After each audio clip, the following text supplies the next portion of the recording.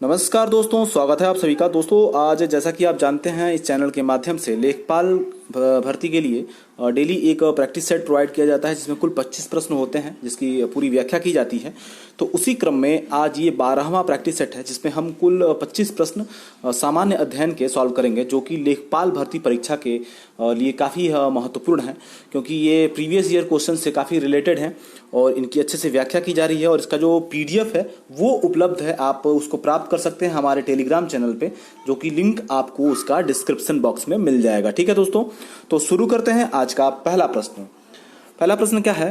अलाई दरवाजा किस विश्व विरासत स्थल में स्थित है? ऑप्शन है आपके पास हुमायूं का मकबरा, महाबोधि मंदिर समूह, कुतुब मीनार या लाल किला परिसर। तो इसका सही आंसर जो है वो हो जाएगा ऑप्शन सी, कुतुब मीनार। ठीक है, तो जो भी प्रश्न आपको आ रहे हैं, आपको जिसका आंसर पता है उसका कमेंट बॉक्स में आप आंसर दे सकते हैं। ठीक है, अगला है क्वेश्चन नंबर 2।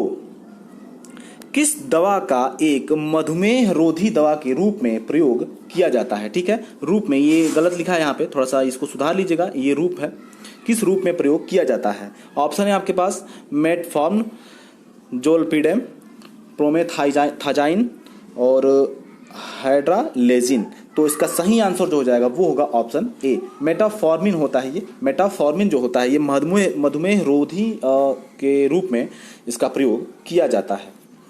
अगला है क्वेश्चन नंबर 3।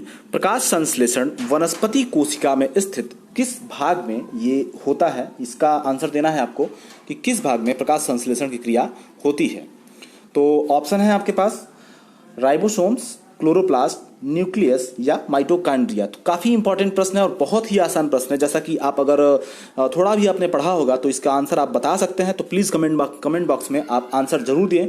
इसका सही आंसर हो जाएगा ऑप्शन बी, यानी कि क्लोरोप्लास्ट। ठीक है, तो प्लीज़ दोस्तों अगर ये वीडियो आपको पसंद आ रहा हो तो प्लीज़ ज़्यादा से ज़्यादा इसको शेयर करें और लाइक करना बिल्कुल ना भूलें। अगला है क्वेश्चन नंबर 4। किस अंग में श्वसन और ऊर्जा उत्पादन जैसी जैव रासायनिक प्रक्रियाएं संपन्न होती हैं? तो ऑप्शन है आपके पास माइटोकॉन्ड्रिया, क्लोरोप्लास्ट, राइबोसोम्स या न्यूक्लियस। इसका सही आंसर जो होगा वो हो जाएगा ऑप्शन ए, माइटोकॉन्ड्रिया। ठीक है, माइटोकॉन्ड्रिया में ही ऊर्जा उत्पादन होता है। अगला है क्वेश्चन नंबर 5। LPG किसका मिश्रण है? LPG किन किन गैसों से मिलकर के बना होता है इसको बताना है आप लोगों को। ऑप्शन है आपके पास मीथेन और ब्यूटेन, ब्यूटेन और प्रोपेन, सॉरी ये प्रोपेन है, इसको ध्यान दीजिएगा थोड़ा, ये प्रोपेन है, प्रोपेन, मीथेन और प्रोपेन, इथेन और प्रोपेन। इसका सही आंसर क्या होगा? प्लीज आप लोग कमेंट बॉक्स में जरूर बताएं इसका सही आंसर क्या है। इसका सही आंसर है ऑप्शन बी, ब्यूटेन और प्रोपेन, इन दोनों से मिलकर के LPG बनता है। अगला है क्वेश्चन नंबर 6। एक औपचारिक भाषा जिसे जानकारी या ज्ञान को व्यक्त करने के लिए इस्तेमाल किया जाता है और जिसे अक्सर कंप्यूटर प्रणाली के डिजाइन में इस्तेमाल किया जाता है, वह है कौन सा लैंग्वेज है वो बताना है आपको। ऑप्शन है आपके पास command language, machine language, markup language या मॉडलिंग लैंग्वेज। ठीक है, तो ये बहुत इंपॉर्टेंट प्रश्न है क्योंकि ये प्रीवियस ईयर का ही क्वेश्चन है, इसलिए मैंने इसमें डाला है। ये एक बार लेखपाल भर्ती परीक्षा में आ चुका है, तो इसका आंसर आप लोग जरूर दें। इसका सही आंसर क्या हो जाएगा? इसका सही आंसर होगा ऑप्शन डी, मॉडलिंग लैंग्वेज। ठीक है, अगला है क्वेश्चन नंबर 7। कोंकणी कहाँ की शासकीय भाषा है? कोंकणी के बारे में बताना है कि ये किस राज्य की ये शासकीय भाषा के रूप में से प्रयोग किया जाता है। ऑप्शन है आपके पास चंडीगढ़, दादर नगर हवेली, दमन और दीव तथा दिल्ली। तो इसका सही आंसर हो जाएगा ऑप्शन बी, दादरा और नगर हवेली की ये शासकीय भाषा के रूप में कोंकणी का प्रयोग किया जाता है। अगला है क्वेश्चन नंबर 8। ये बहुत ही इंपॉर्टेंट प्रश्न है। अगला है ये टर्टल पेट्री किस प्रकार के आवास को अपनाते हैं? टर्टल पेट्री किसके लिए प्रयोग होता है इसको बता दें हम। टर्टल पेट्री जो है ये इसका प्रयोग, इस वर्ड का प्रयोग जो है ये कछुआ के आवास के लिए प्रयोग किया गया है।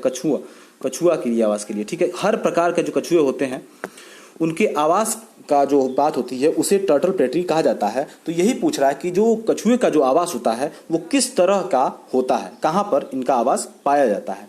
तो ऑप्शन है आपके पास मरुस्थल, वन, समुद्र या दलदल। तो इसका सही आंसर हो जाएगा ऑप्शन डी, दलदल। दलदली क्षेत्रों में कछुए का आवास पाया जाता है। और देखा जाए तो रेतीली नदियां जो होती हैं उनके अंदर भी ये सुरंग बना करके वहां अपना आवास बनाते हैं। ठीक है, अगला है क्वेश्चन नंबर 9। बांदीपुर राष्ट्रीय उद्यान किस राज्य में स्थित है? ऑप्शन है आपके पास मध्य प्रदेश, राजस्थान, कर्नाटक तथा छत्तीसगढ़।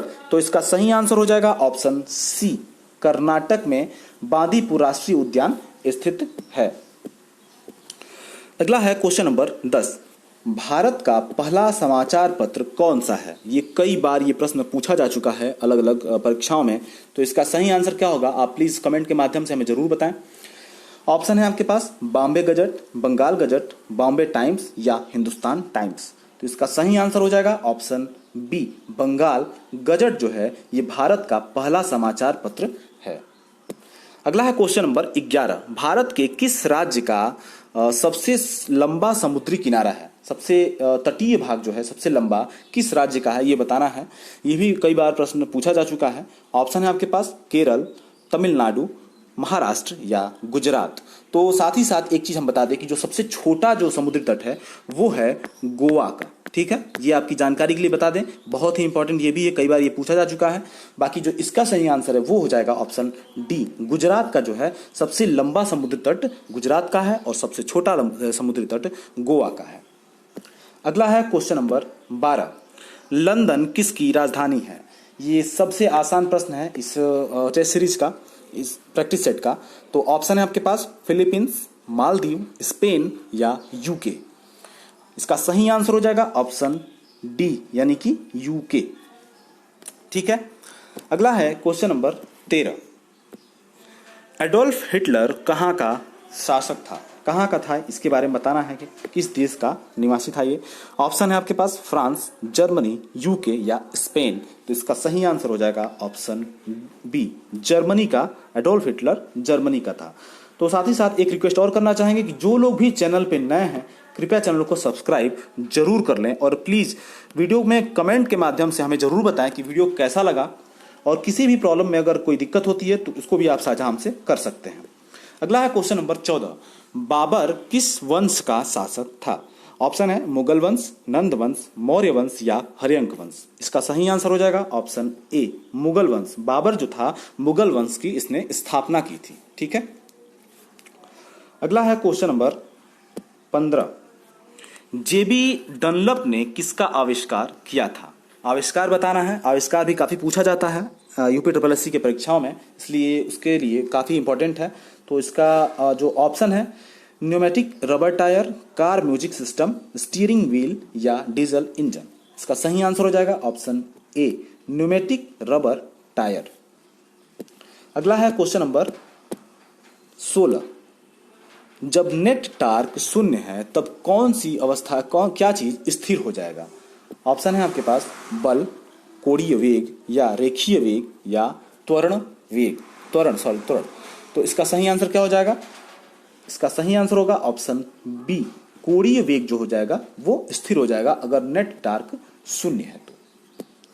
अगला है क्वेश्चन नंबर 17। न्यूटन का पहला नियम किस रूप में जाना जाता है? ऑप्शन है घर्षण का नियम, आघूर्ण का नियम, जड़त्व का नियम या गति का नियम। तो इसका सही आंसर क्या हो जाएगा? वो होगा ऑप्शन सी, जड़त्व का नियम। न्यूटन के प्रथम लॉ को जड़त्व के नियम के रूप में जानते हैं। अगला है क्वेश्चन नंबर 18। लोकसभा के सदस्यों का कार्यकाल कितने वर्ष का होता है? ऑप्शन है आपके पास 11 वर्ष, 9 वर्ष, 7 वर्ष या 5 वर्ष। तो साथ ही साथ ये भी बता दें कि जो राज्यसभा है उसके सदस्यों के कार्यकाल जो है वो 6 वर्ष होता है राज्यसभा के। ठीक है, तो यहां पे पूछा गया है लोकसभा का। लोकसभा का कार्यकाल कितना होगा? उसका सही आंसर है ऑप्शन डी यानी कि 5 वर्ष। अगला है क्वेश्चन नंबर 19। भारतीय संविधान का अनुच्छेद 41 कुछ मामलों में काम, शिक्षा और सार्वजनिक सहायता प्राप्त करने का अधिकार किससे संबंधित है? ऑप्शन है आपके पास केंद्र सरकार, राज्य के नीति निर्देशक तत्व या सिद्धांत। अगला है राज्य सरकार और भारतीय नागरिक के मौलिक अधिकार। तो इसका सही आंसर हो जाएगा ऑप्शन बी, यानी कि राज्य के नीति निर्देशक सिद्धांत। और साथ ही ये भी बता दें कि जो राज्य के नीति निर्देशक सिद्धांत हैं, इसके जो अनुच्छेद हैं वो अनुच्छेद 36 से 51 तक आते हैं। ठीक है, अगला है क्वेश्चन नंबर 20। 2011 की जनगणना के अनुसार उत्तर प्रदेश का सबसे अधिक जनसंख्या वाला शहर कौन सा है? ऑप्शन है आपके पास कानपुर, लखनऊ, अलीगढ़ या बरेली। तो इसका सही आंसर है ऑप्शन ए, कानपुर हो जाएगा इसका आंसर। अगला है क्वेश्चन नंबर 21। निम्नलिखित में से कौन सी एक नकदी फसल है? ऑप्शन है आपके पास गेहूं, बाजरा, धान तथा रबर। तो इसका सही आंसर क्या हो जाएगा? ऑप्शन डी, रबर जो है एक नकदी फसल है। अगला है क्वेश्चन नंबर 22। वह चालुक्य राजा कौन था जिसने हर्षवर्धन को नर्मदा के तट पर पराजित किया था? ऑप्शन है आपके पास पुलकेशिन द्वितीय, श्रीमुख, मंगलेश या कीर्तिवर्मन। तो इसका सही आंसर है ऑप्शन ए, पुलकेशिन द्वितीय। ठीक है, अगला है क्वेश्चन नंबर 23। वेदांत, मीमांसा, सांख्य, योग, न्याय और वैशेषिक, इन छह भिन्न भारतीय दर्शनों की स्पष्ट रूप से अभिव्यक्ति किस काल में हुई है या किस युग में हुई है? इसका सही आंसर बताना है आपको। ऑप्शन आपके पास है वैदिक युग, गुप्त युग, कुषाण युग या मौर्य युग। तो इसका सही आंसर हो जाएगा, वो होगा ऑप्शन ए, यानी कि वैदिक युग में इसकी अभिव्यक्ति हुई है। अगला है क्वेश्चन नंबर 24। महात्मा गांधी की हत्या कब हुई थी? तो ऑप्शन है आपके पास 30 जनवरी 1947, 30 जनवरी 1948, 30 जनवरी 1949 या 31 जनवरी 1948। तो इसका सही आंसर हो जाएगा ऑप्शन बी, यानी कि 30 जनवरी 1948 में इनकी हत्या हो गई थी। अगला है क्वेश्चन नंबर 25। ये आज का अंतिम प्रश्न है और ये प्रश्न आपके लिए है। आपको इसका कमेंट के माध्यम से इसका आंसर कमेंट बॉक्स में देना होगा। अब क्वेश्चन क्या है? राष्ट्रीय आपदा प्रबंधन प्राधिकरण का पदेन अध्यक्ष कौन होता है?